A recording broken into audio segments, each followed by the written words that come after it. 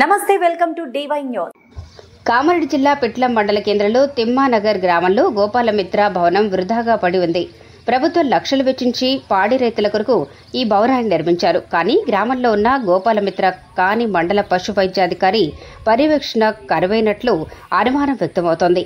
అసాంఘిక కార్యకలాపాలు జరిగే అవకాశం ఉంది. కావున పై అధికారులు తగు చర్యలు తీసుకోవాలని గ్రామ పాడి రైతులు కోరుతున్నారు.